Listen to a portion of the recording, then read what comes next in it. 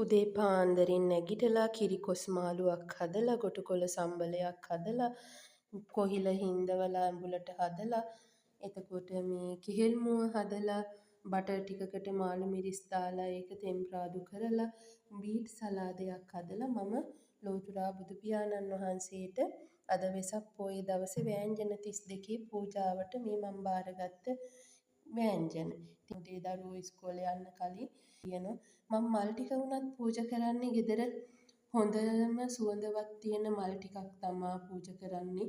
ඒක ගොඩක් හොඳයි. ගෙදරටම සුවඳයි. සේපාලිකා, ගැටපිච්ච, සමන් පිච්ච, ඒ වගේ දේවල් ගොඩක් සුවඳ මල් තමා බුදුන්ට පූජා කරන්නේ. ඉතින් දීම පුරුදු කරන්න. දීම පුංචි කාලේ ඉඳලා පොඩි දරුවන්ට පවා දීම පුරුදු කරන්න. අපි දෙනකොට අපට ලැබෙනවා. ඒ වගේම මම මේ පූජාවට යනවා කියලා එහා පැත්තේ ගෙදර අක්කා කොමඩු ගෙඩියක් අරගෙන දුන්නා. ඒක පූජා කරන්න කියලා.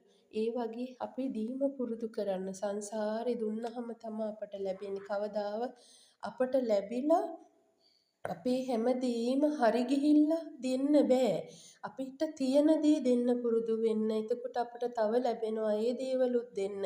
මේ තනාග තියෙන පිනිබිඳුවක් වගේ ජීවිතේ සේරම රැස් කරලා එක මොහොතින් හුස්ම ටික යනකොට අපි කරගත්ත දෙයක් නෑ. ඒ හින්දා මේ දේවල් පුරුදු කරගන්න ජීවිතේට. ඒක තමා මම කියන මේ වෙසක් පොය දවසේ උතුම් පණිවිඩය තුරුණුවන්ගෙම සරණයි හැම දිනාටම. නිර්වාණ ස්වර්ණ ద్వාරයෙන් පිවිසූතිලෝ සතුන්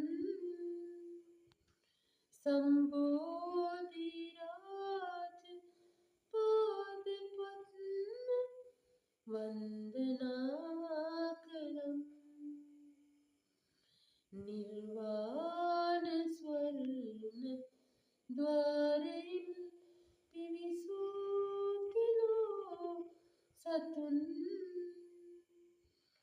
සම්බෝධි රාජ පාද පද්ම වන්දනා